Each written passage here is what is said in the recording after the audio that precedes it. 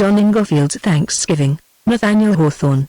On the evening of Thanksgiving Day, John Inglefield, the blacksmith, sat in his elbow chair, among those who had been keeping festival at his board. Being the central figure of the domestic circle, the fire threw its strongest light on his massive and sturdy frame, reddening his rough visage, so that it looked like the head of an iron statue, all aglow, from his own forge, and with its features rudely fashioned on his own anvil. At John Inglefield's right hand was an empty chair. The other places round the hearth were filled by the members of the family, who all sat quietly, while, with a semblance of fantastic merriment, their shadows danced on the wall behind them. One of the group was John Inglefield's son, who had been bred at college, and was now a student of theology at Andover. There was also a daughter of 16, whom nobody could look at without thinking of a rosebud almost blossomed. The only other person at the fireside was Robert Moore, formerly an apprentice of the blacksmith, but now his journeyman, and who seemed more like an own son of John Inglefield than did the pale and slender student. Only these four had kept New England's festival beneath that roof. The vacant chair at John Inglefield's right hand was in memory of his wife, whom death had snatched from him since the previous Thanksgiving.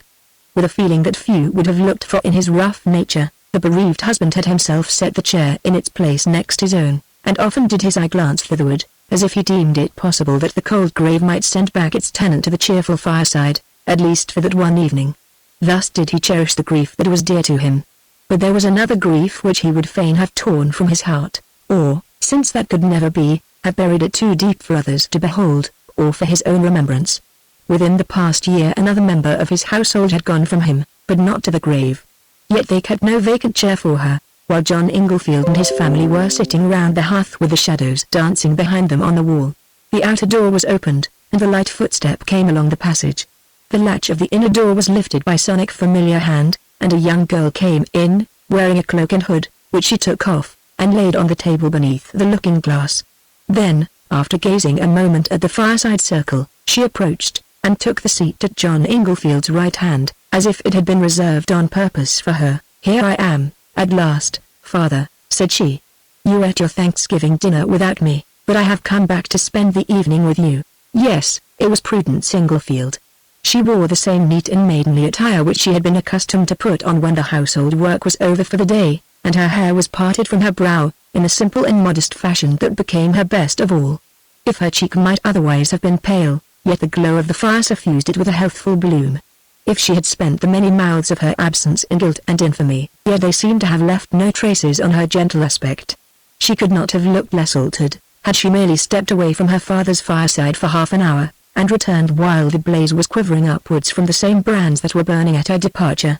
And to John Inglefield she was the very image of his buried wife, such as he remembered her on the first Thanksgiving which they had passed under their own roof.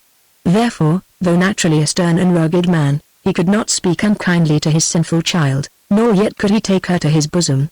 "You are welcome home, Prudence," said he, glancing sideways at her, and his voice faltered. "Your mother would have rejoiced to see you, but she has been gone from us these 4 months." "I know it, father, I know it," replied Prudence, quickly. "And yet, when I first came in, my eyes were so dazzled by the firelight, that she seemed to be sitting in this very chair."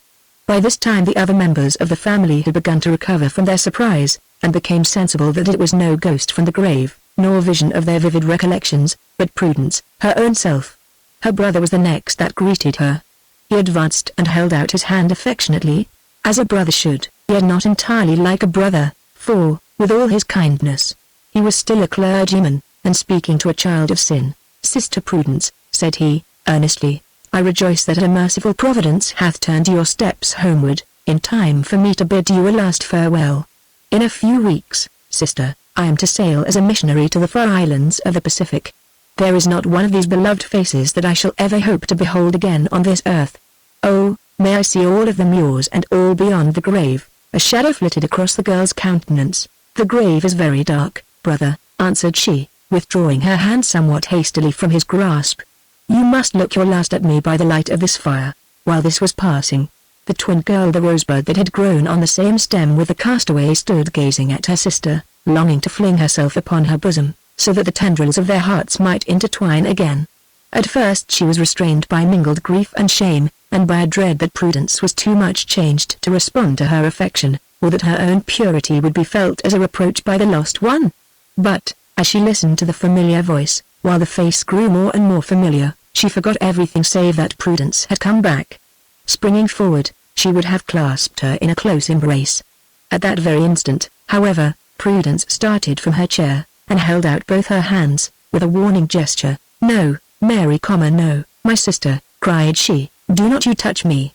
Your bosom must not be pressed to mine." Mary shuddered and stood still, for she felt that something darker than the grave was between Prudence and herself, though they seemed so near each other in the light of their father's hearth, where they had grown up together.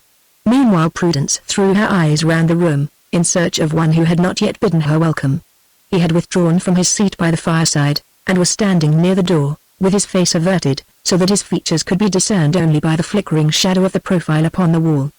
But Prudence called to him, in a cheerful and kindly tone: "Come, Robert," said she, "won't you shake hands with your old friend?" Robert Moore held back for a moment, but affection struggled powerfully, and overcame his pride and resentment. He rushed towards Prudence, seized her hand, and pressed it to his bosom. There, Robert," said she, smiling sadly, as she withdrew her hand, "you must not give me too warm a welcome." And now, having exchanged greetings with each member of the family, Prudence again seated herself in the chair at John Inglefield's right hand. She was naturally a girl of quick and tender sensibilities, gladsome in her general mood, but with a bewitching pathos interfused among her merriest words and deeds.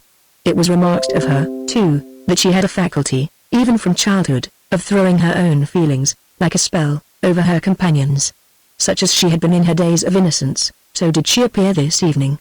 Her friends, in the surprise and bewilderment of her return, almost forgot that she had ever left them, or that she had forfeited any of her claims to their affection. In the morning, perhaps, they might have looked at her with altered eyes, but by the Thanksgiving fireside they felt only that their own Prudence had come back to them, and were thankful. John Inglefield's rough visage brightened with the glow of his heart, as it grew warm and merry within him. Once or twice, even, he laughed till the room rang again, yet seemed startled by the echo of his own mirth. The grave young minister became as frolicsome as a schoolboy. Mary, too, the rosebud, forgot that her twin blossom had ever been torn from the stem, and trampled in the dust. And as for Robert Moore, he gazed at Prudence with the bashful earnestness of love newborn, while she, with sweet maiden coquetry, half smiled upon and half discouraged him. In short, it was one of those intervals when sorrow vanishes in its own depth of shadow, and joy starts forth in transitory brightness.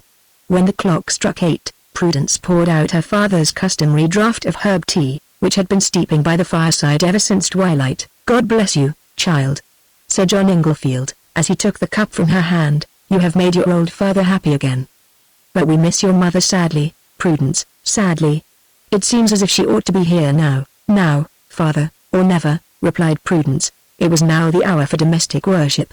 But while the family were making preparations for this duty, they suddenly perceived that Prudence had put on her cloak and hood, and was lifting the latch of the door. "Prudence, Prudence, where are you going?" cried they all, with one voice. As Prudence passed out of the door, she turned towards them, and flung back her hand with a gesture of farewell. But her face was so changed that they hardly recognized it.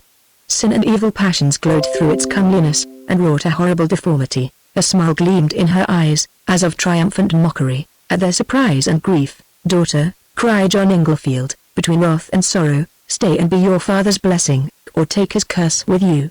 For an instant Prudence lingered and looked back into the firelighted room, while her countenance wore almost the expression as if she were struggling with a fiend, who had power to seize his victim even within the hallowed precincts of her father's hearth.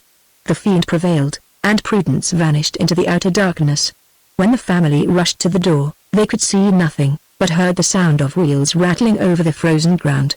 That same night, among the painted beauties at the theatre of a neighboring city, there was one whose dissolute mirth seemed inconsistent with any sympathy for pure affections, and for the joys and griefs which are hallowed by them. Yet this was Prudence Inglefield. Her visit to the Thanksgiving fireside was the realization of one of those waking dreams in which the guilty soul will sometimes stray back to its innocence. But sin, alas, is careful of her bondslaves. They hear her voice, perhaps, at the holiest moment, and are constrained to go whither she summons them. The same dark power that drew Prudence Inglefield from her father's hearth, the same in its nature, though heightened then to a dread necessity, would snatch a guilty soul from the gate of heaven, and make its sin and its punishment alike eternal.